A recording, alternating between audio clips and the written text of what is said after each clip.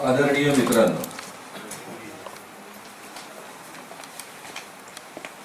अंधश्रद्धा निर्मूलन चळवळीचं काम 1982 साली मी उभारलं. हजारोच्या संख्येनं बाबा, मांत्रिक वगैरे वगैरे या सगळ्या प्रकारच्या माणसांचा भांडाफोड केला.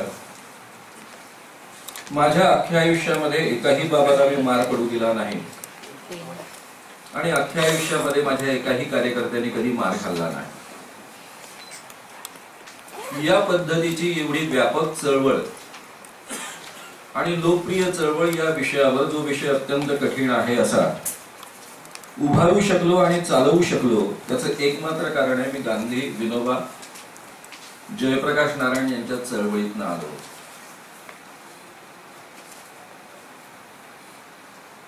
कोणत्याही विषयावर बोलताना खूप चांगला अभ्यास करून मी बोलत असतो. आज मात्र अचानक मला बोलायचं असल्यामुळं आणि गांधी हा माझ्या नेहमीच्या बोलण्याचा विषय नसल्यामुळं जो गांधी माझ्या मनात रुजलेला आहे तो मी तुमच्या पुढ्यामध्ये मांडत जातो. त्यातले तपशील तारखावार वगैरे मांडणं शक्य नाही, कारण तुम्ही कधी मांडतच नाही विषय. खासगी बोलण्यामध्ये कधी बोलला जातो तेवढाच, आणि लोकांनाही असं वाटतं की मला फक्त दोनच विषय येतात. एक अंधश्रद्धा निर्मूलनाच्या संदर्भातले, तो खूप व्यापक विषय आहे, त्यामध्ये खूप विषय येतात, आणि दुसरं पर्सनॅलिटी डेव्हलपमेंटच्या क्षेत्रामधले, व्यक्तिमत्व विकासाच्या क्षेत्रामधले जे सायकोलॉजीशी निगडीत विषय आहे. हा विषय मी तुमच्या पुढ्यामध्ये मांडत असताना जसं सुधाकर म्हणाला त्या पद्धतीनं मला भावलेला, मला उमगलेला गांधी मी तुमच्या पुढ्यात मांडत जाणार आहे. मला दोन प्रकारची माणसं आपल्यामध्ये दिसतात. एक जी वेगवेगळ्या चळवळींमध्ये खूप काम केलेली आहे, ज्यांचे स्वतःचे काही विचार आहेत आणि त्या विचारांच्या पार्श्वभूमीवर ते गांधी समजून घेण्याचा प्रयत्न करत आहेत, किंवा त्यांना ऑलरेडी गांधी कमी अधिक प्रमाणामध्ये बराबैत माहित आहे. दुसरा आपल्यामध्ये एक असा मोठा वर्ग आहे की ज्याला मुळीच गांधी माहित नाही, किंवा नव्यानच ते विचार समजून घेण्याचा प्रयत्न करत आहेत. या दुसऱ्या वर्गाची मला जास्त काळजी वाटते. त्याचं कारण असं आहे की त्यांच्या पुढ्यामध्ये जो गांधी येतोय तो पुन्हा नेहमी सारखाच, ज्याला हात गवसला तो हात सांगतोय, ज्याला पाय गवसला तो पाय सांगतोय, ज्याला कान गवसला तो कान सांगतोय. त्यामुळे हे सगळं ऐकत असताना मला तीव्रतेनं वाटलं की खरोखर गांधी लोकांपर्यंत पोहोचणं नितांत गरजेचं आहे, आणि त्याकरता एक स्वतंत्र व्यवस्थित मांडणी व्हायला पाहिजे. अशी तुकड्या तुकड्यात मांडणी व्हायला नको. आपण असं मानूया की त्याची ही सुरुवात आहे. विचारवंत ज्यावेळेस एखादे विचार मांडतात, त्या विचारांना कितपत आपण किंमत द्यायची हा ज्याचा त्याचा प्रश्न आहे. पण विचारवंतांची विचार मांडणे, तत्वज्ञाची विचार मांडणे आणि एखाद्या चळवळीतल्या माणसाच्या कर्तृत्वामधनं, कामामधनं निर्माण झालेली मांडणी, यामध्ये जमीन आसमानचा फरक असतो. कोणत्याही माणसाकडे, महापुरुषाकडे, आपण महापुरुष केवळ तत्वज्ञाला मानत नाही, जो माणूस आपल्या जीवनामध्ये अतिशय मोठं काम करतो, ते समाज बदलाचं असेल, विशिष्ट वर्गाकरता केलेलं असेल, सर्वांकरता केलेलं असेल, हे जे बदलाचं काम करण्याच्या प्रक्रियेतनं त्याची जी मांडणी निर्माण होते त्याला आपण महापुरुषांचे विचार असं म्हणतो. कोणत्याही महापुरुषांकडे पाहण्याच्या दोन पद्धती असतात. एक पद्धती, मला जो विचार माहित आहे, जो विचार मला मनापासून स्वीकारणीय वाटतो आहे, किंवा ज्या विचाराचा मी एक भाग आहे असं मानतो आहे, त्या विचाराच्या अनुषंगानं मी समोरच्या महापुरुषांच्या एकूण कर्तृत्वाचं, त्याच्या कार्याचं, त्याच्या विचारांचं मूल्यांकन करतो. ही एक पद्धत. दुसरी पद्धती महापुरुषांकडे पाहण्याची आहे की या महापुरुषांनी हे विचार, ही या पद्धतीची कृती करत असताना, कार्य करत असताना, ज्या परिसरामध्ये, ज्या काळामध्ये, ज्या उद्देशाने ते कार्य केलं, त्या मागचा संपूर्ण संदर्भ समजून घेत एक माणूस म्हणून त्याला समजून घेत त्याला समजण्याच्या प्रक्रियेला त्या महापुरुषाचं मूल्यांकन करत. पहिली पद्धती अत्यंत सदोष आहे, अन्यायकारक आहे. सुधाकरच्या बोलण्यात तो भाग आलेला आहे म्हणून मी रिपीट करत नाही. ज्योतिबा फुले असतील, बाबासाहेब आंबेडकर असतील, स्वातंत्र्य आंदोलनामध्ये जी माणसं त्या काळामध्ये इंग्रजांच्या विरुद्ध लढाई देत होती त्यांच्या तुलनेमध्ये यांचं काम शून्य असू शकतं.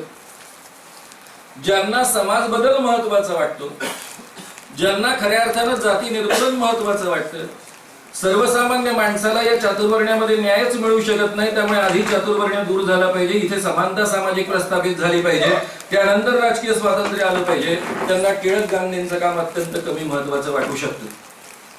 आणि म्हणून अशा माणसांची महापुरुषांची तुलना कधीच करता येत नाही. त्यांच्या त्यांच्या भूमिकांमधनं त्यांना आपल्याला समजून घ्यावं लागतं, अन्यथा हे सगळ्यांवर अन्यायकारक. आणि म्हणून माझा आग्रह असा असतो, मी कोणत्याही माणसाला समजून घेताना, म्हणजे माझे अनेक कार्यकर्ते मित्र सगळेच्या सगळे अनेकदा चिडत असतात. तुम्हाला सावरकरांचंही कौतुक असतं, सावरकरांबद्दलही तुम्ही अतिशय प्रेमानं बोलत असता, गांधींबद्दलही बोलत असता, आंबेडकरांबद्दलही बोलत असता. तुम्हाला फुले, आंबेडकर, गांधी, सावरकर सगळे एकत्र चालतात कसे? त्याचं कारण एक मात्र आहे, मी त्यांना माणूस म्हणून समजून घेतो, त्यांच्या कार्याचं महत्व त्या अर्थानं मी पाहतो.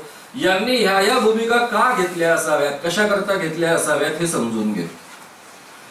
पहिल्याच टप्प्यामध्ये मी तुम्हाला सांगतो की ज्यावेळेस आपल्याला नुसते विचार मांडायचे असतात अभ्यासक म्हणून, फार सोपं असतं हो मांडणं. नुकतंच शनी शिंगणापूरचं आंदोलन झालं, किमान 30 तरी टीव्हींकडनं माझ्याकडे फोन आले. नुकतंच सगळंच्या सगळं सनातनचं प्रकरण झालं होतं. शनी शिंगणापूर विषयी तुमची प्रतिक्रिया हवी आहे. माझ्या डोक्यात प्रॉब्लेम नंबर 1, शनी आधीच लोकांना त्रास देणारा देव, लोकांना छळणारा देव, मुळात तो देवच नाही, ग्रहच आहे. अशा अवस्थेमध्ये जेव्हा ऑलरेडी स्त्रिया जात नाही, चांगली गोष्ट आहे, किमान निम्मे पर्सेंटेज वाचलं. अशा अवस्थेमध्ये त्या ठिकाणी जे आंदोलन सुरू आहे त्याला आपण समर्थन देऊ शकत नाही, कारण आपल्या चळवळीच्या धोरणामध्ये ते बसत नाही. बरं, आधी दाभोळकरांनी ऑलरेडी त्या पद्धतीचं आंदोलन केलं. आपलं स्वतःचं प्रामाणिक मत आहे की अंधश्रद्धा निर्मूलन चळवळीचं हे आंदोलन असूच शकत नाही. तुम्ही लोकांना मंदिरात जाण्यासाठी भाग पाडणार आहात का? आपण एका बाजूने आंबेडकरांची, दुसऱ्या बाजूने विनोबांची, तिसऱ्या बाजूने साने गुरुजींची, गांधीजींची यांची कॉपी करायची का? आपण विषय कोणता घेतलेला आहे?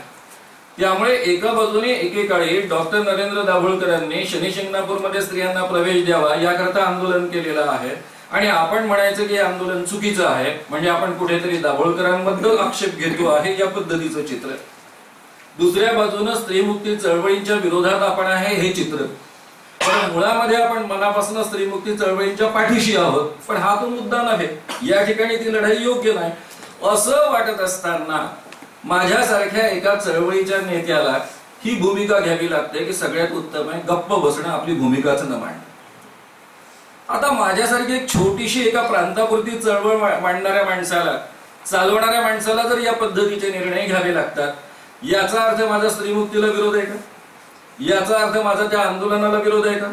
याचा अर्थ स्त्रियांना देवळामध्ये प्रवेश नको असं मला म्हणायचं आहे का? असं मुळीच मला म्हणायचं नाही. पण माझ्या चळवळीशी सुसंगत भूमिका घेताना मात्र मला या पद्धतीची भूमिका घ्यावी लागते, आणि मी संपूर्ण स्त्रीमुक्ती चळवळीच्या विरुद्ध नाही हेही मला दर्शवायचं असल्यामुळे मला गप्प राहणं जास्त योग्य वाटतं, आणि मी ती भूमिका स्वीकार. प्रत्येक नेत्याला या पद्धतीने विचार करावा लागतो. ज्यावेळेस एखादा माणूस एखादी मुवमेंट चालवतो, चळवळ चालवतो, त्यावेळेस त्याला या पद्धतीची भूमिका घ्यावीच लागते, आणि त्या अनुषंगाने आपल्याला गांधीकडे पाहिलं पाहिजे. सगळ्यात पहिले आपण हे समजून घेऊया की या गांधींनी कोणत्या परिसरामध्ये काम केलेलं आहे, गांधी पूर्वीचा भारत कसा होता. आणि मला वाटतं त्या ठिकाणी आपल्यापैकी खूप लोकांची चूक होती. आता जसं सुधाकर स्वतंत्रपणे विचार करत गेला, स्वतंत्रपणे तो आपल्या पद्धतीने विचार करत करत पुढे गेला. जरी आम्ही एकाच चळवळीतनं आलेलो असलो तरी मी पण माझ्या पद्धतीने स्वतंत्ररित्या विचार करत गेलो, आणि मी त्या चळवळीतला एक मात्र माणूस आहे की जो रॅशनॅलिटीकडे वळला आणि त्याने रॅशनॅलिटीच्या क्षेत्रामध्ये चळवळ उभारली.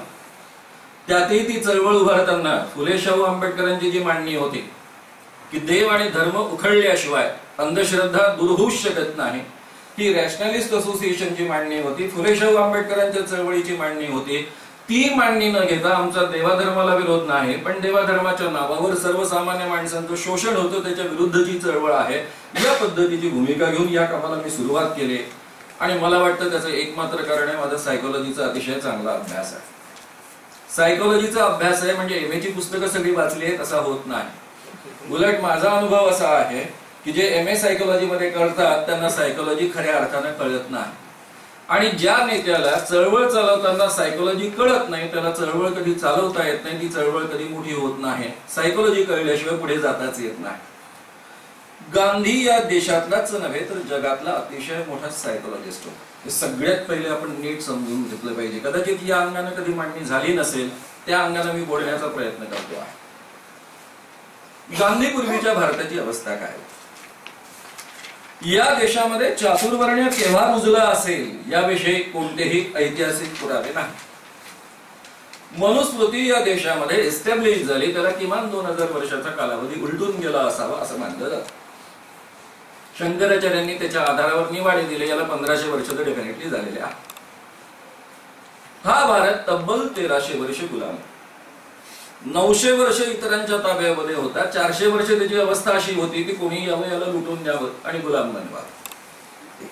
हा भारत 1300 वर्ष गुलाम का होता? त्याचं कारण या देशामधलं चातुर्वर्ण्य। ब्राह्मणांनी विशिष्ट पद्धतीचं बौद्धिक काम करायचं, क्षत्रियांनी फक्त लढायचं, वैश्यांनी फक्त व्यापार करायचा, आणि शूद्रांना अस्पृश्यता निर्माण झाल्यामुळे हातामध्ये शस्त्र सुद्धा पकडण्याचा अधिकार नाही। शूद्र आणि अतिशूद्र लढत नाही, 10% क्षत्रिय, कारण 20% जर क्षत्रिय पकडले, कारण नेहमी शूद्रांची संख्या अधिक राहिलेली आहे, त्यातले स्त्रियांची संख्या 10%, म्हणजे उरलेले पुरुष 10% क्षत्रिय 100% लोकांचं संरक्षण करतील। आणि ज्या काळामध्ये तलवारी वापरल्या जातात, तीरकामठे वापरले जातात, त्या काळात पॉसिबल नाही, प्रॅक्टिकल नाही, म्हणून हा तब्बल 1300 वर्ष गुलाम राहिलेला देश आहे। या काळामध्ये संपूर्ण देशामधली अवस्था काय होती? अगदी इंग्रज येईपर्यंतची अवस्था आपण पाहतो आहोत। कोणीही यायचं, कोणासोबतही लढाई करायची, संपूर्ण गाव लुटायचं, गावामध्ये जे जे उपलब्ध असेल, धान्य असेल, गाई म्हशी असतील, जे जे त्यांना उपयोगाचं वाटतं ते लुटून न्यायचं, मिळेल त्या उत्तम स्त्रिया उचलायच्या, सोबत घेऊन जायच्या, त्यांना नाटकशाळेत टाकायचं, उरलेल्या स्त्रियांवर बलात्कार करायचा आणि अख्खं गाव बेचिराग करून निघून जायचं। हे या देशामध्ये सातत्यानं होत राहिलेलं आहे। याला कुठेही मर्यादा नव्हती, कारण देश नावाची काही गोष्टच नव्हती आणि राज्य नावाचं असं म्हणतो कोणतेही विस्ताराने विस्तारलेलं राज्य नव्हतं। छोटी छोटी राज्य असायची, छोट्या छोट्या जहागिरी असायच्या। बरं, राज्य जरी मोठं असलं तरी एखाद्या जहागिरीमध्ये जर या पद्धतीचा हल्ला झाला तर त्या ठिकाणी जाऊन प्रत्यक्षामध्ये राजाचं सैन्य पोहोचेपर्यंत हे गाव तर बेचिराग झालेलंच असायचं। हे या देशामध्ये 1300 वर्ष वारंवार घडत असताना सुद्धा हा देश कसा उभा राहिला हे गांधींना नीट कळलं होतं। याचं कारण होतं या देशामधली गाव व्यवस्था, ज्याला आता आपल्यापैकी काही लोक शिगा मारतात। ही गाव व्यवस्था, याच्यामध्ये अनेक वाईट गोष्टी असतात, पण एक स्वयंपूर्ण ही गावं होती सगळीच्या सगळी। म्हणजे अख्खच्या अख्खं गाव बेचिराग झालं तरी जमीन कोणी घेऊन जाऊ शकत नसे। दुसऱ्या गावामधली त्या ही 12 बलुतेदार यंत्रणा जी होती, वाड्याचं या गावातलं घर नष्ट झालं तर आजूबाजूला त्याचा नातेवाईक जो असेल तो या गावामध्ये येत असेल, तिथे वाडीकाम सुरू करत असेल, 12ही बलुतेदार त्या ठिकाणी उपलब्ध होत असत, शेतकरी मारले गेले त्याचे नातेवाईक येऊन त्या ठिकाणी शेती करत असत, आणि पुन्हा 1-2 वर्षामध्ये ते गाव सरसरून उभं राहत असे। आणि म्हणून हा देश वारंवार बेचिराग झाला तरी इथली खेडी मात्र स्वतंत्र राहिले, हे गांधीजींनी फार जवळून समजून घेतलेलं होतं। तुमच्या असं लक्षात येईल की सुरुवातीच्या काळामध्ये इंग्रज येण्याच्या आधीपर्यंत, मग तिकडे मोगलांचं राज्य असो, आणखी कोणाचं राज्य असो, या सगळ्या काळामध्ये ही खेडी बार्टर सिस्टीमनी चालत असत। अगदी इंग्रजांच्या काळामध्ये सुद्धा चालत असत। फार कमी गोष्टींकरता त्यांना बाजारात जावं लागत असे। जीवनामधल्या आवश्यक असणाऱ्या सगळ्या गोष्टी त्यांना खेड्यामध्येच उपलब्ध होत असत, आणि जास्तीत जास्त स्वतःच्या खेड्यात नाही झाले तर आजूबाजूच्या गावांमधून उपलब्ध होत असत, आणि तीही वस्तूंच्या देवाणघेवाणीमधनं, ज्याला वस्तू विनिमय म्हणतो, ज्याला बार्टर सिस्टीम म्हणतो, त्या पद्धतीने हे चालायचं। इंग्रज या देशामध्ये आले। इंग्रज या देशामध्ये आले तोपर्यंत औद्योगिक यंत्रणा सुरू झालेली होती। यंत्रांचे शोध युरोपमध्ये लागायला लागलेले होते। विज्ञानाचे जसे एका बाजूला फायदे मिळाले तसे औद्योगिकरणाचे फायदे युरोपमध्ये मिळायला लागलेले होते। आणि युरोपमधल्या या फायद्यांच्याच काळामध्ये इंग्रज या देशामध्ये एस्टॅब्लिश होण्याच्या प्रक्रियेमध्ये होते. त्यामुळे त्यांनी आपल्या कारखान्यासाठी लागणारा कच्चा माल भारतातनं पुरवावा याकरता इथल्या सगळ्या यंत्रणा मोडीत काढण्याची सुरुवात केली. त्याच्या मागचं अर्थशास्त्र मी तुमच्या पुढ्यामध्ये मांडणार आहे. या ठिकाणचा विणकर असेल तर हा विणकर जर जिवंत राहिला, इथे वस्त्र बनवत राहिला, तर आपल्या मँचेस्टर आणि इतर ठिकाणी निर्माण होणाऱ्या वस्त्रांचं काय होणार? हे खरं आहे की इंग्रजांनी कापूस लावायला जास्त भारतामध्ये प्रवृत्त केलं, पण याचा अर्थ आधी भारतामध्ये कापूस विकत नव्हता का? माणसं नागडी राहत होती का? भारतामध्येच कापड तयार व्हायचं, गावोगाव कापड तयार व्हायचं, आवश्यक आहे तेवढा कापूस पिकवला जायचा आणि सगळ्या प्रदेशांमध्ये पिकवला जायचा. आजच्या सारख्या एका विशिष्ट विदर्भातच कापूस मोठ्या प्रमाणावर पिकवला जाणं आणि उर्वरित महाराष्ट्रामध्ये कापसाचं प्रमाण कमी असणं असं स्वरूप त्या काळामध्ये नव्हतं. गरजेनुसार, आवश्यकतेनुसार शेती त्या पद्धतीनं ती चालत असे, गाव स्वयंपूर्ण असत. ते मोडीत काढण्याचं काम प्रामुख्याने इंग्रजांनी सुरू केलं. आता हे केवळ त्यांनी स्वतःच्या स्वार्थाकरता केलं की हा औद्योगिक समाज रचनेचा अविभाज्य भाग आहे, याविषयी आपल्याला जरा समजून घ्यावं लागेल. आणि तिकडे मी तुमचं लक्ष वेधून घेण्याच्या आधी फक्त देशाचं चित्र निर्माण करतो. याला अपवाद संपूर्ण या 2000 वर्षाच्या इतिहासामध्ये एकच राजा होऊन गेला, त्याचं नाव शिवाजीराजे. तो काही आता बोलण्याचा विषय नाही, पण तो उल्लेख टाळणं शक्य नाही, उलट तो अभिमानानं केला पाहिजे. हा पहिला माणूस होता की ज्यांनी रयतेचं राज्य निर्माण करण्याकरता यातल्या अनेक यंत्रणा थांबवल्या होत्या. सर्वसामान्य शूद्र माणसांच्या हाती हत्यार देऊन त्यांना सैनिक बनवलं होतं. त्याच्या आधी या पद्धतीचे सैनिक नव्हते. एवढंच नव्हे तर त्यांनी भाडोत्री सैनिक होतं की जे लुटालूट करत असत, त्यातला काही वाटा राजाला देत असे आणि उरलेल्या वाट्यामध्ये स्वतः वाटून घेत असे. ती यंत्रणा बंद केली, तिजोरीतनं पगार द्यायला सुरुवात केली. राजाच्या आदेशाशिवाय काहीही लुटायचं नाही, शेतकऱ्याची साधी कोंबडी उचलायची नाही, बाईच्या अंगाला हात लावायचा नाही. एक रयतेचं राज्य निर्माण केलं. त्याचे तपशील मला वाटतं आपल्यापैकी अनेकांना माहिती आहे, त्यात मी शिरत नाही. पण जेव्हा स्वतः शिवाजीराजांचं राज्य गेल्यानंतर 100-1 वर्षानंतर या सगळ्या यंत्रणा बंद पडल्या, फक्त मराठ्यांचं सैन्य आणि इतरांना पादाक्रांत करणं याच पद्धतीनं त्या उरल्या. म्हणजे राजाची जी स्वराज्याची कल्पना होती किंवा खऱ्या अर्थानं रयतेच्या राज्याची कल्पना होती ती तेवढीच तेवढ्यापुरती राहिली. याला तुम्ही रामराज्य म्हणू शकता वाटल्यास, राम शब्द चालत असेल तर. हा एक मधला फक्त टप्पा होता. उर्वरित अवस्था अशी होती या देशाची. इंग्रज या देशामध्ये 150 वर्ष होते. त्यापैकी 90 वर्ष त्यांचं एक छत्री राज्य होतं देशात. 1857 हा जर शेवटचा क्षण पकडला तर 1947 पर्यंत त्यांचं या देशावर एक छत्री राज्य होतं. 1857 साली या देशाची लोकसंख्या होती 30 कोटी. 1940 साली या देशाची, कारण पाकिस्तान आणि भारत एक पकडावा लागेल, 40 कोटी होती. या देशामध्ये इंग्रज जेव्हापासून आले तेव्हापासून सोडेपर्यंत कधीही एका दिवशी 1 लाखाच्या वर इंग्रज या देशामध्ये नव्हते. सगळ्या गॅझेट्स मध्ये तुम्हाला उल्लेख सापडतो. जगाच्या इतिहासामध्ये म्हणजे इव्हन इंग्रजांच्या इतिहासामध्ये 1 लाख लोकांनी 30 कोटी ते 40 कोटी लोकांवर राज्य केलं असा दुसरा उल्लेख तुम्हाला जगाच्या इतिहासात सापडत नाही. आफ्रिका पादाक्रांत केलं त्यांनी, ऑस्ट्रेलिया पादाक्रांत केलं, पण त्यांना मोठी किंमत मोजावी लागली. भारतामध्ये या संपूर्ण 150 वर्षामध्ये किती इंग्रज मारले गेले असतील? लाखभर सुद्धा नाही.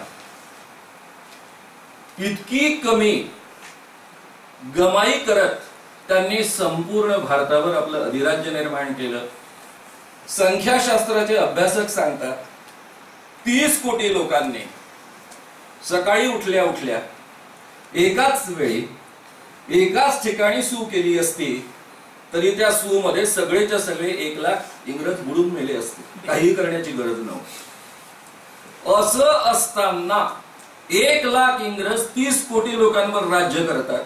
जे ऑलरेडी राजे होते, लढाई करणारे सैनिक होते, त्यांच्यावर राज्य करतात. ही या देशाची वस्तुस्थिती गांधीजींच्या हातात आलेली आहे. हे कृपया आधी समजून घ्या. हा एक भेकडांचा, नेबळाडांचा, गुलामी मनोवृत्ती असणाऱ्या लोकांचा देश होता. स्वतः महात्मा गांधी हे काही महात्मा गांधी काही आकाशातनं पडलेले क्रांतिकारक नाही. किंवा तुमच्या माझ्यासारखे चळवळीमध्ये आले, कोणत्या तरी विचारांनी भरले आणि मग त्यांनी चळवळ सुरू केली, असाही तो माणूस नाही. जे शरद जोशींनी पुढे एक वाक्य वापरलं ते खरं म्हणजे गांधी विचारातनं किंवा गांधीजीच्या मांडणीमधूनच निर्माण झालेला आहे. इंडिया आणि भारत, हा इंडिया आणि भारतची टर्मिनॉलॉजी मी या ठिकाणी वापरतो. भारत म्हणजे काय, तर या भारतामधला सर्वसामान्य माणूस ज्याचं सातत्यानं शोषण केलं जातं. शोषण करणारे कोण, पहिल्या टप्प्यामध्ये या देशामधले उच्चवर्णीय, मग त्याच्यामध्ये तिन्ही वर्ग येतात. सगळ्यात प्रधान ब्राह्मण वर्ग येतो. क्षत्रिय वर्ग राज्यकर्ता असल्यामुळे आणि ब्राह्मणांचं ब्राह्मणत्व टिकवणारा असल्यामुळे तो येतो. वैश्य व्यापारी असल्यामुळे येतो. उरलेल्या सगळ्या शूद्रांचं शोषण करणारा हा वर्ग, त्याला आपलं भारत. इंडियाचा प्रतिनिधी कोण, राज्यकर्त्यांचा प्रतिनिधी इंग्रज आले. हे इंडिया. हा जो म्हणजे शोषित जे आहे तो भारत, शोषण करणारा जो आहे त्याला आपण म्हणायचं इंडिया. या पद्धतीची विभागणी प्रामुख्याने जी केली होती ती विभागणी समजून घेण्याच्या प्रक्रियेतनं मी पुढे जातो आहे. त्याला आपण आहेरे आणि नाहीरे, हॅव्स आणि हॅव्स नॉट याही पद्धतीने विभागू शकतो. जे शोषित आहेत ते नाहीरेवाले, जे शोषक आहेत ते आहेरेवाले.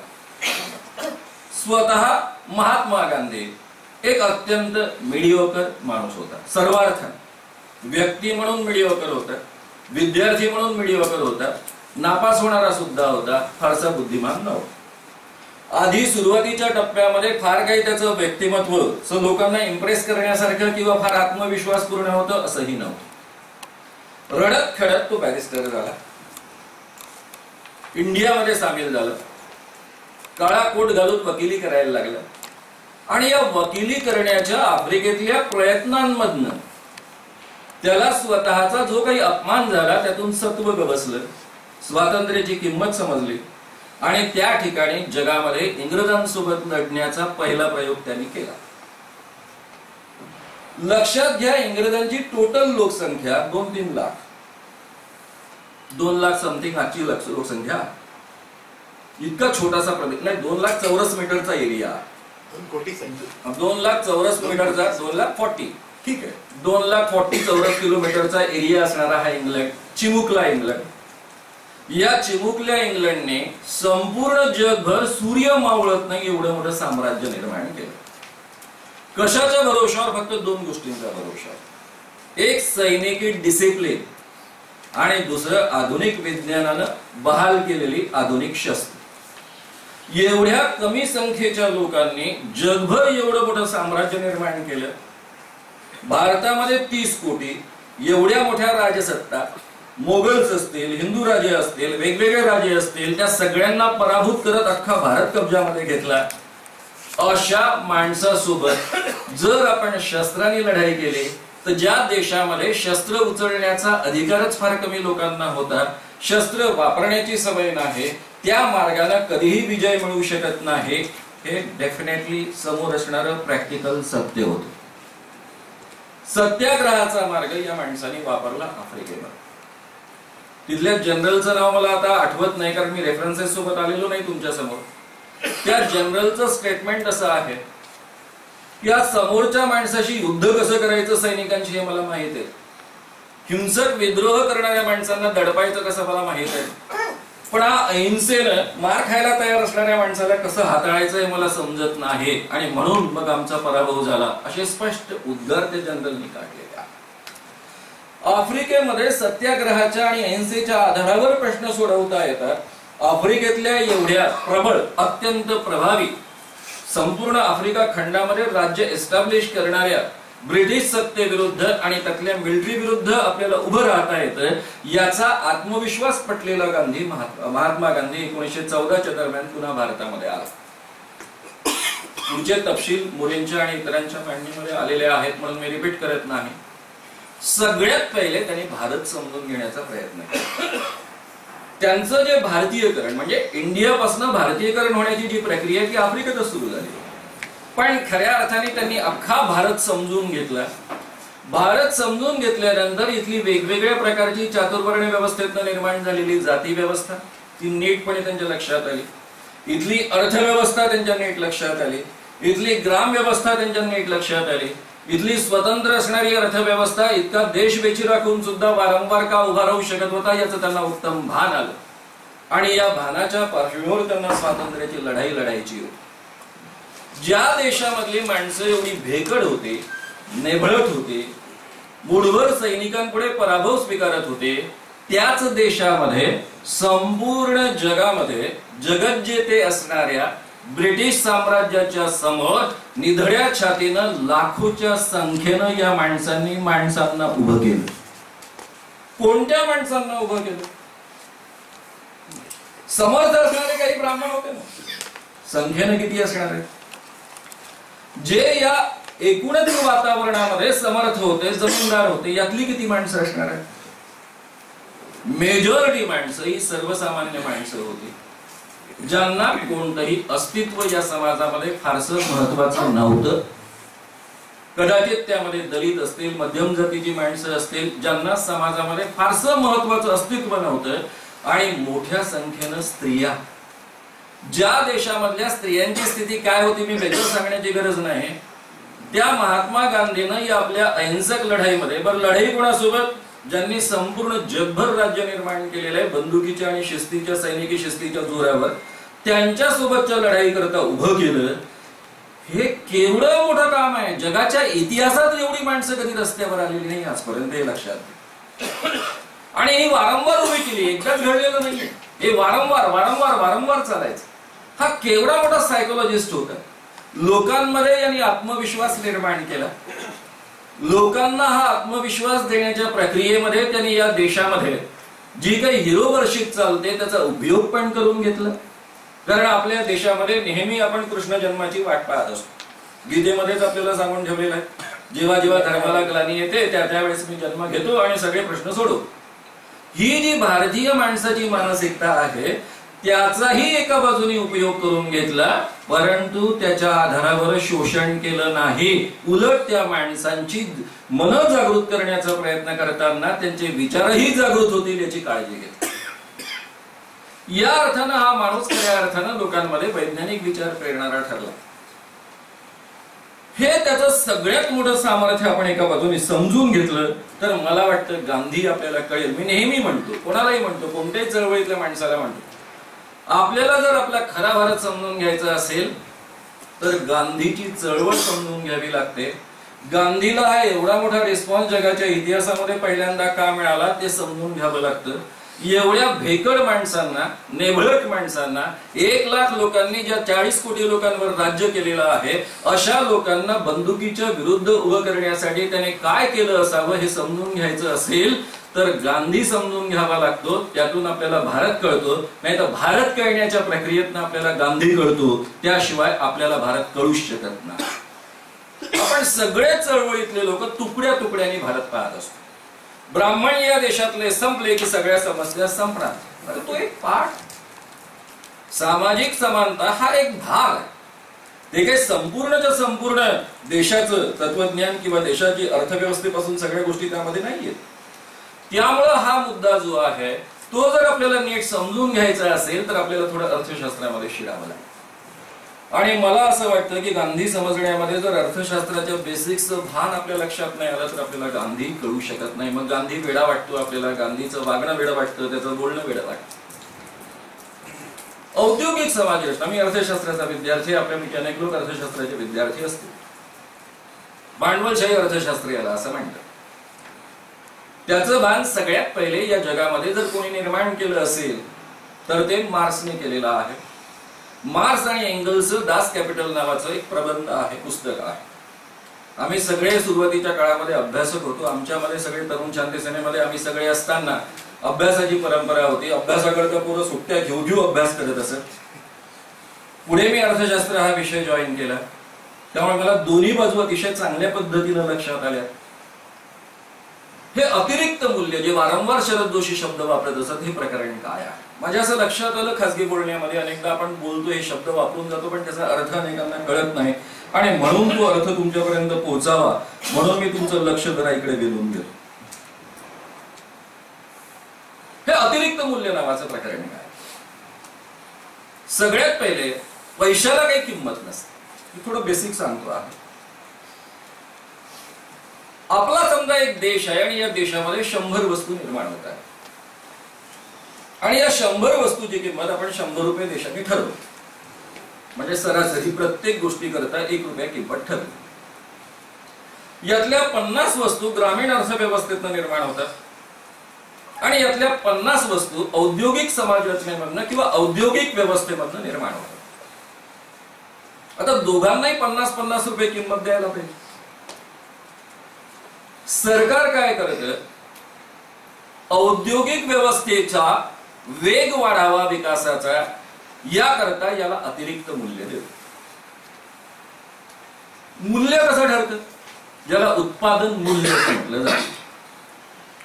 कोणत्याही गोष्टी करता जे भांडवल टाकलं जातं त्याच्यावरचं व्याज अधिक प्रत्यक्ष ती गोष्ट करण्याकरता येणारा खर्च, मग त्या खर्चामध्ये मॅनेजमेंटचा खर्च, त्या खर्चामध्ये जे कामगार आपण वापरतो त्यांच्या श्रमशक्तीचा मजुरी दिला जाणारा खर्च आणि त्याच्यासोबत आवश्यक तो किंवा वाजवी नफा, अशा सगळ्या गोष्टी एकत्र केल्या की त्याला उत्पादन मूल्य म्हणतात.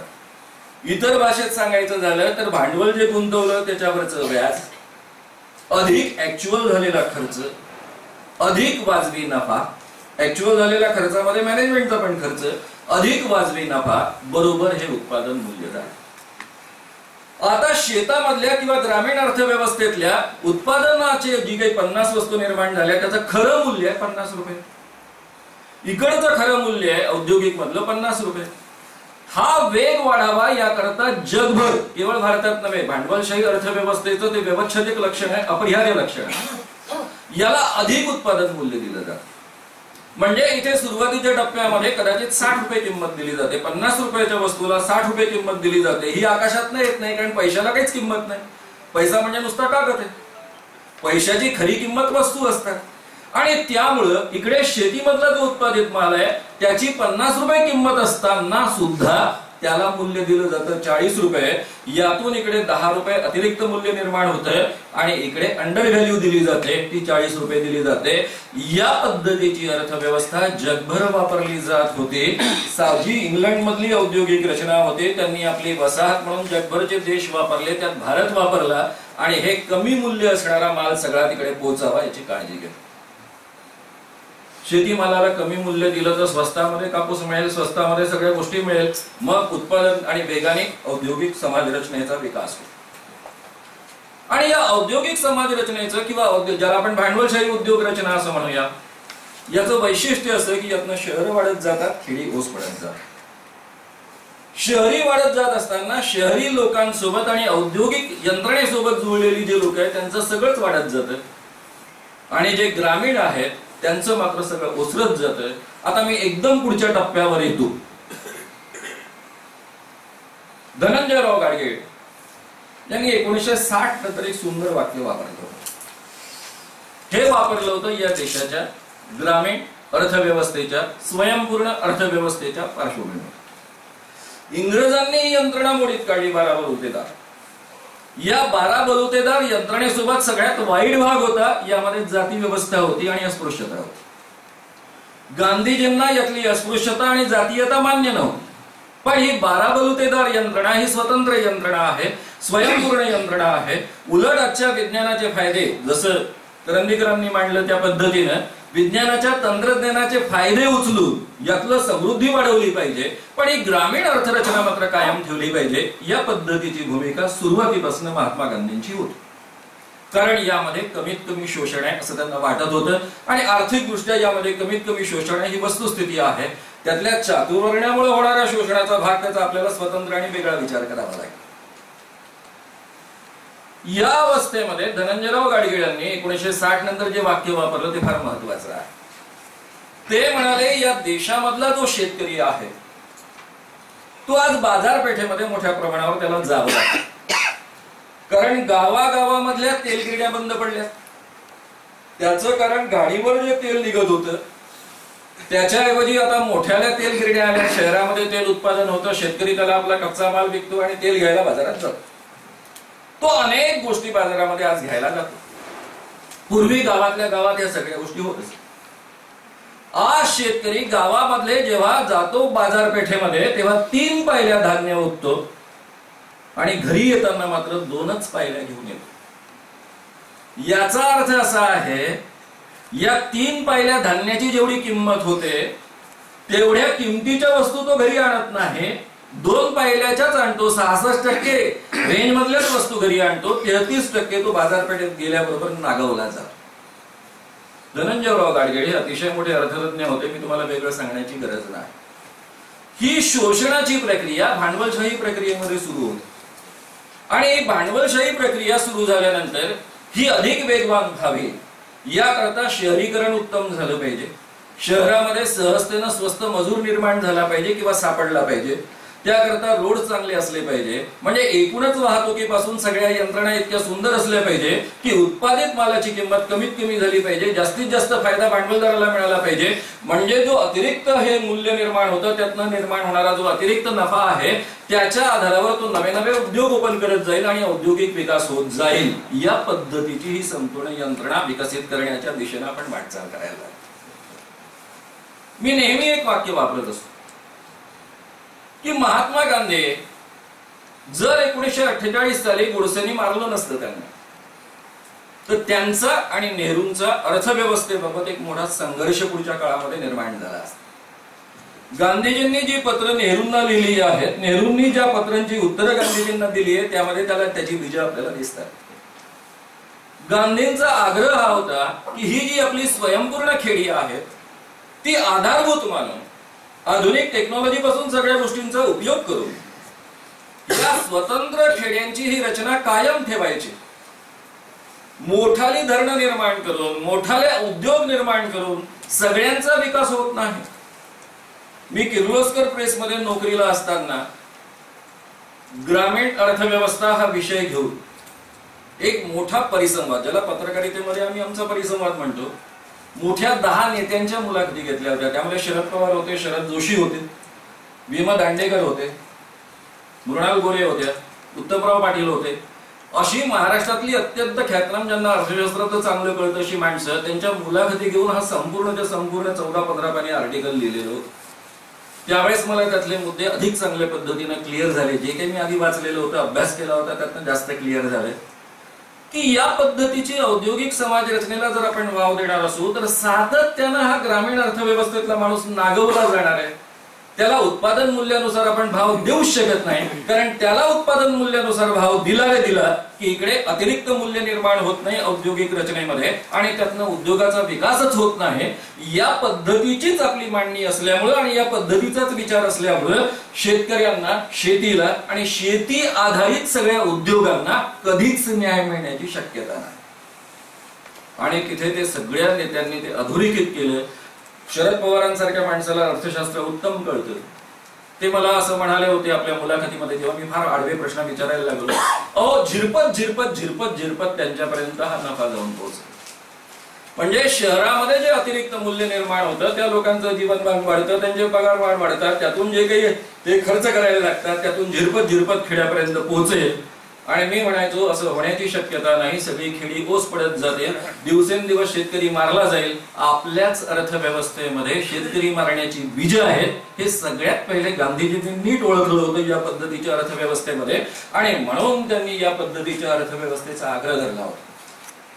गांधीजींचा हा आग्रह नेहरूंना माहीत असल्यामुळे नेहरूंनी ओपन भांडवलदारी व्यवस्था या देशामध्ये स्वीकारली नाही. नेहरूंच्या प्रामाणिकपणाबद्दल, द्रष्टेपणाबद्दल, नेहरूंच्या एकूणच कर्तृत्वाबद्दल कुठेही वाद असू शकत नाही. त्यांना प्रामाणिकपणे वाटायचं, कारण त्यांनी रशियाची प्रगती जवळून पाहिलेली होती. त्यांना प्रामाणिकपणे वाटायचं की हे सगळं आधुनिक टेक्नॉलॉजी आहे, हे औद्योगिक रचना आहे, ती आपल्या देशानं स्वीकारली पाहिजे.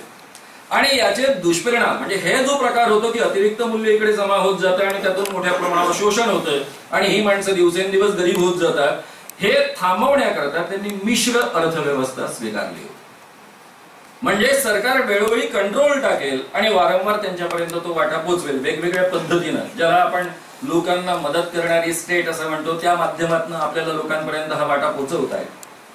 जर नेहरूंच्या नंतर भ्रष्टाचार मुक्त भारत त्यांना निर्माण करता आला असता तर कदाचित अधिक चांगल्या पद्धतीने हा वाटा पोचताना आपल्याला दिसला असता.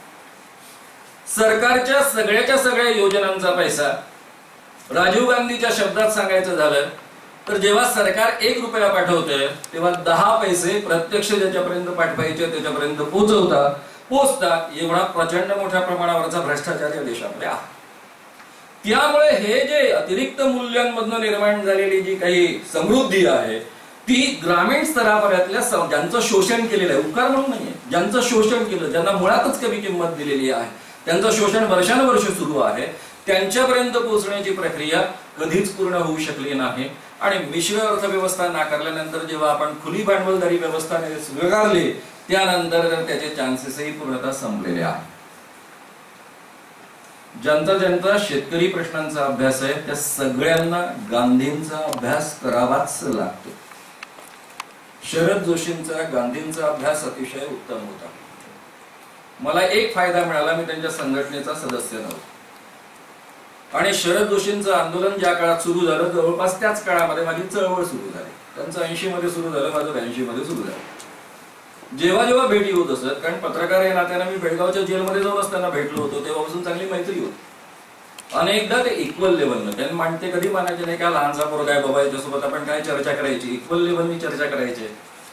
त्यातून अनेक मुद्दे मला अधिक चांगल्या पद्धतीने क्लिअर व्हायचे, कारण माझ्या इंटरेस्टचा हा विषय होता. जोपर्यंत शेतकऱ्याला उत्पादनानुसार उत्पादन मूल्यानुसार भाव मिळत नाही तोपर्यंत शेतकऱ्यांची कोणतीही समस्या खतम होणं शक्य नाही. शेतकरी मरणारच आहे, आत्महत्या करतच जाणार आहे. आता हे जे आकर्षण होतं गांधींना की या देशाचं हे वैशिष्ट्य गेली 2000 वर्षे या देशामध्ये चातुर्वर्ण्य होता, गुलाम होता, वारंवार खेडी उद्ध्वस्त होत असत, तरी हा देश स्वयंपूर्ण उभा राहत असे. कारण या देशामधली अंतर्गत जी टेक्नॉलॉजी आहे अर्थव्यवस्थेपासून समाज व्यवस्थेचे, त्या अंतर्गत टेक्नॉलॉजीमुळे पुन्हा सरसरून ते गाव उभं राहत असे. म्हणजे जाती व्यवस्थेचे सुद्धा या गाव उभं राहण्याकरता काही फायदे होते. 12 बलुतेदार शेतकरी यांची यंत्रणा यासाठी कारणीभूत ठरते हे त्यांना उत्तमपणे कळत असल्यामुळं त्यांना या गोष्टींविषयीचं जबरदस्त आकर्षण होतं. आणि एका बाजूने आधुनिकीकरणाचाही फायदा आपल्याला मिळावा, आधुनिक टेक्नॉलॉजी वापरता यावी, आणि दुसऱ्या बाजूला मात्र ही ग्रामीण अर्थव्यवस्था जो भारताचा बेस आहे ज्याच्यामुळे हजारो वर्ष भारत जिवंत राहिलेला आहे तो कायम राहावा. पण त्यातला चातुर्वर्ण्य कायम राहू नये, त्यातली जाती व्यवस्था कायम राहू नये, याचे दाह सोडून आपल्याला गेलं पाहिजे. हा अर्थशास्त्रीय विचार त्यांच्या डोक्यामध्ये होता. पत्रांमधनं त्या काळामध्ये या गोष्टीला प्राधान्य देणं शक्य नसल्यामुळे काही पत्रांमधनं त्यांचं हे मत व्यक्त होतं, जे पुढे प्रामुख्यानं दादा धर्माधिकारी आणि इतरांनी अतिशय उत्तम पद्धतीने त्याची मांडणी केलेली आहे. आता राहिला स्वातंत्र्य आंदोलनाचा मुद्दा. स्वातंत्र्य आंदोलन हे त्यांच्याकरता प्राथमिक उद्दिष्ट, इंग्रजांना हकलणं हे निमित्त होतं. जर या देशामध्ये महात्मा गांधींचं स्वातंत्र्य आंदोलन झालं नसतं तर या देशामधली लोकशाही कधी जिवंत राहिली नसती. जे लोकांना वाटतं काय ते इंग्रज देणार होते स्वातंत्र्य, त्यांची पंचायत झाली होती, सोडून गेले ना सोडून अनेक देश. इंग्रज सोडून गेलेला कोणता देश लोकशाही आहे हो? भारतासारखी लोकशाही इतके वर्ष टिकलेली कोणत्या देशामध्ये आहे? किती देशांमध्ये? हिशेब काढा. भारतामधल्या अहिंसक आंदोलनामुळे सगळ्यांना सोबत घेऊन जाण्याच्या प्रवृत्तीमुळे हे 100% यशस्वी नाही झाले. फारच कठीण होतं या देशामध्ये वेगवेगळे धर्म, त्या धर्मांमधली प्रचंड फाटाफूट, जाती व्यवस्था, शोषणाच्या आधारावर उभी असलेली जाती व्यवस्था आणि वर्ण व्यवस्था, या सगळ्या वातावरणामध्ये सगळ्यांना एकत्र आणायचं. जे सुधाकरच्या बोलण्यात आलं ते मुद्दे मी टाळतोय. सगळ्यांना एकत्र आणायचं आणि हे दाह कमी करण्याकरता सामाजिक प्रश्न जेव्हा निर्माण होतात तेव्हा महत्व द्यायचं, पण इतकं नाही द्यायचं की ज्याच्यामधनं फटाफट निर्माण होतं, ज्याच्यामधनं आपल्या चळवळीला, लोकांच्या एकत्र येण्याला, इंग्रजांच्या विरुद्ध लढण्याला कुठेतरी अडचण निर्माण होईल इथपर्यंत जायचं नाही. पण दुसऱ्या बाजूने मात्र या दिशेने वाटचाल करत राहायची. मला जगाच्या इतिहासामध्ये एक नेता दाखवा की जो रोज सर्व धर्म प्रार्थना करत असेल. जर महात्मा गांधी सनातनी हिंदू होते तर रोज सर्व धर्म प्रार्थना कशी करत असे? महात्मा गांधी जर जातीवादी होते तर त्यांनी आपल्या आश्रमापासून अनेक ठिकाणी आंतरजातीय विवाह कसे लावून दिले? आग्रहाने लावून दिले, त्यासाठी प्रयत्न केले. त्यांना सामाजिक सुधारणा हव्या होत्या, पण प्रायोरिटी ही होती, आणि ही प्रायोरिटी ठेवण्याचा प्रत्येकाला अधिकार. टिळकांवर ते बामन होते म्हणून ज्या पद्धतीने अटॅक केला जातो टिळकांना समजून घेतलं पाहिजे. सावरकरांवर जेव्हा आपण अटॅक करतो, मी पुन्हा एक वाक्य वापरून मोकळा होतो, मी सावरकर थरोली वाचलेला आहे. आजपर्यंत मनुस्मृतीवर जेवढा अटॅक सावरकरांनी केला तेवढा अटॅक डॉक्टर बाबासाहेब आंबेडकर आणि फुल्यांनी सुद्धा केलेला नाहीये. स्वतः चित्पावन ब्राह्मण असणारा माणूस पुस्तकांमधनं नव्हे, रोज दर आठवड्याला प्रकाशित होणाऱ्या आपल्या साप्ताहिकामधनं हा अटॅक करतो. म्हणजे रोज दर आठवड्याला लोकांच्या अंगावर जाऊन ते पडते. त्या माणसाने हे प्रकरण का केलं असावं? काय गरज होती? त्यांना जर हिंदुत्वच या देशामध्ये आणायचं होतं तर मार्ग वेगवेगळे असू शकतात, चुकीचे असू शकतात, पण जे मार्ग लोकांनी निवडले त्याकरता काही माणसं प्रामाणिकपणे प्रयत्न करू शकतात. मी बघा बोलताना जसं आता सुधाकरनी उत्तर दिलं त्याच की डॉक्टर बाबासाहेब आंबेडकर एवढे विद्वान होते, सगळं काही होतं, स्वातंत्र्य आंदोलनामध्ये त्यांचा काहीच रोल नव्हता, कारण त्यांची ती प्रायोरिटी नव्हती. हे स्वातंत्र्य कोणाकरता आणायचं? 4 ब्राह्मणांकरता? ते आमच्यावर राज्य करणार, त्यांच्यासोबत जास्तीत जास्त काही क्षत्रिय असते, आणि म्हणून त्यांनी त्याला प्रायोरिटी न देण्याचा त्यांना अधिकार होता. गांधींना जर स्वातंत्र्य आणायचं आहे ही त्यांची प्रायोरिटी आहे, तर त्याच अनुषंगाने त्यांना विचार करावा लागतो, कारण नेता उत्तम सायकोलॉजिस्ट असल्याशिवाय तो उत्तम चळवळ चालवू शकत नाही. त्यांना लोकांना सोबत घ्यायचं असतं. मी पुन्हा सांगतो, अंधश्रद्धा निर्मूलनाची चळवळ माझ्या आधी 5 माणसांची होती. रॅशनलिस्ट असोसिएशन म्हणजे 5-7 माणसं. याची मोठ्या संख्येनं तरुण तरुणींमध्ये रूपांतर व्हाणं हे केवळ पॉसिबल झालं कारण मी त्या चळवळीतनं आलेलो असल्यामुळं या पद्धतीची भूमिका घेऊ शकली, सगळ्यांना शकलो, सगळ्यांना सामावून घेऊ शकलो, आणि म्हणून ही एक व्यापक चळवळ झाली. आणि अशी एक व्यापक चळवळ झाली की आमच्या आपसातल्या लोकांच्या एक दुसऱ्याला जाती सुद्धा माहित नसतात. जेव्हा एखादा बाबा आरोप करतो तुम्ही अमुक अमुक जातीतले लोक आमच्यावर आरोप करतात, तेव्हा विचारावं लागतं, काय बाबा तुझ्यात कोणी आहे का आपल्यात कोणीतरी या जातीचा, कारण तो बाबा असा आरोप करतो आहे. अशी वेळ आमच्यावर येते. या पद्धतीचं वातावरण निर्माण करू शकलो, या पद्धतीची चळवळ उभी करू शकलो, हे केवळ गांधी, विनोबा आणि जयप्रकाशांची चळवळ जवळून पाहिल्यामुळे हे शक्य झालं, अन्यथा शक्य झालं नसतं. नाहीतर मी महान, माझे विचार महान, शेजारचा महान, दोघं एक दुसऱ्याची पाठ खाजवत राहिलो असतो आणि आयुष्यभर 5-7च लोक राहिलो असतो. जे पूर्वी होतं रॅशनलिस्ट चळवळ ते मी पहिल्यांदा निर्माण केलेली नाही, पण या पद्धतीची ही पहिली चळवळ आहे. गांधींनी या पद्धतीच्या भूमिका का घेतल्या असाव्यात हे आपण समजून घेण्याच्या प्रक्रियेमधनं मी काही गोष्टी तुमच्यापर्यंत पोहोचवलेल्या आहेत. मी तुम्हाला आता एवढंच सांगेन, अंतिमतः वेळा पाळणारा मी माणूस आहे. ऑलरेडी अविनाशजीने वेळच डिक्लेअर केलेली होती, त्यामुळे तुम्हाला सगळ्यांना माहिती आहे मी केव्हा भाषणाला सुरुवात केली. मी फक्त अंतिमतः सांगतो आणि बाकी प्रश्नोत्तराकरता मोकळं करतो.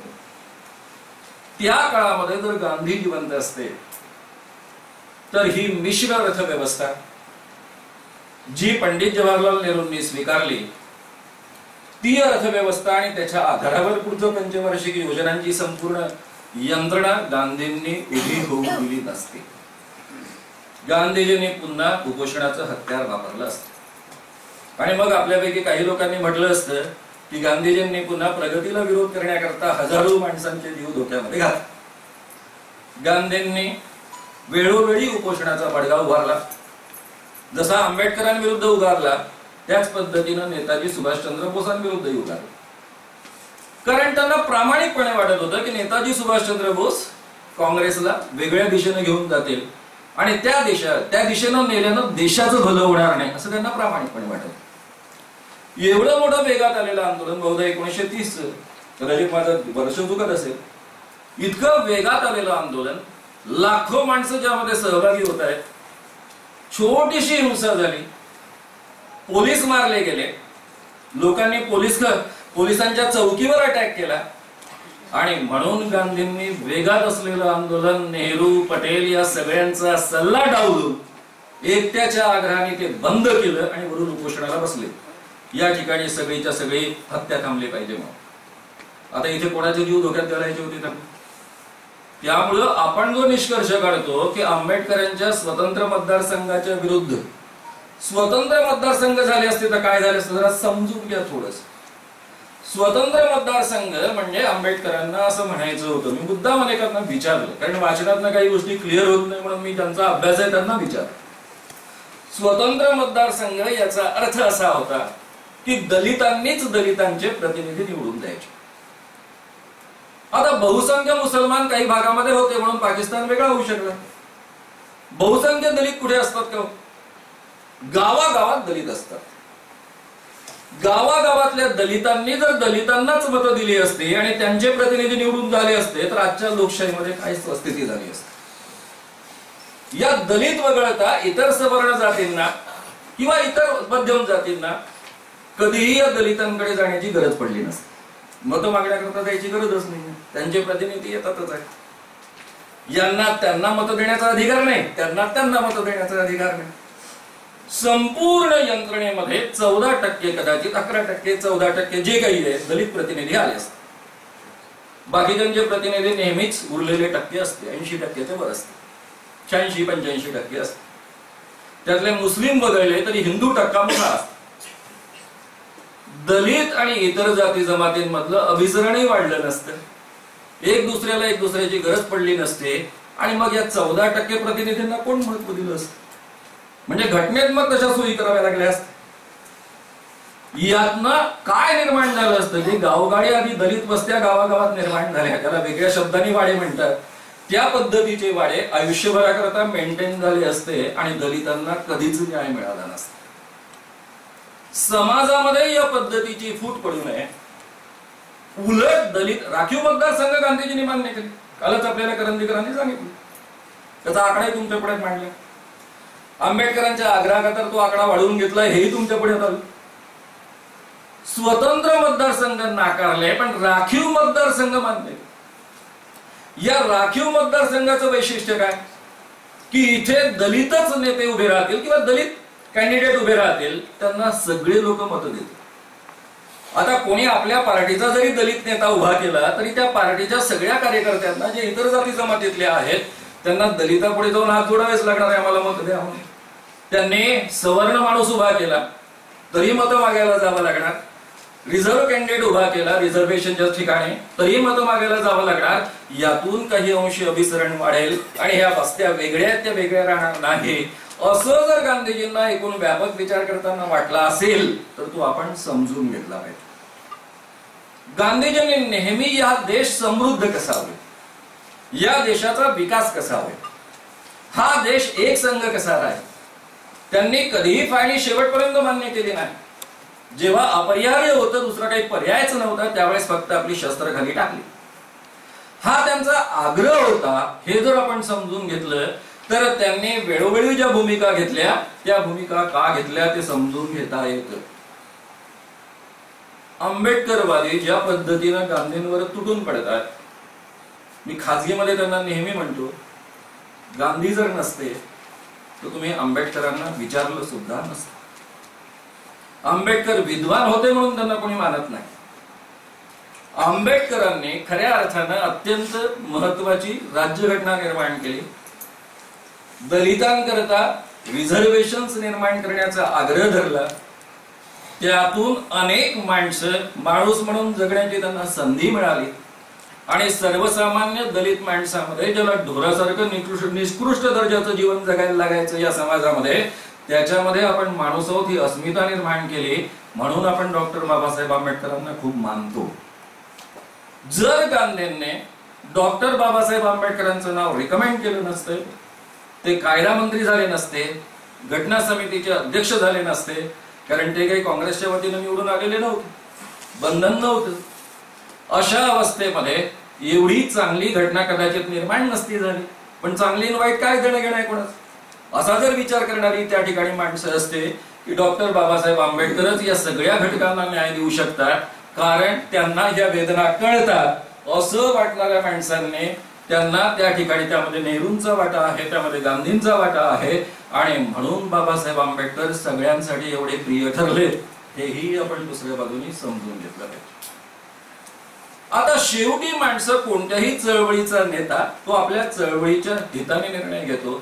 जसे आंबेडकरांनी त्यांना जे महत्वाचं वाटलं त्यासाठी ते निर्णय घेत होते, तसे गांधी त्यासाठी निर्णय घेत होते आणि नेहरू आणि गांधी हा संघर्ष मी या ठिकाणी उभा करू इच्छित नाही.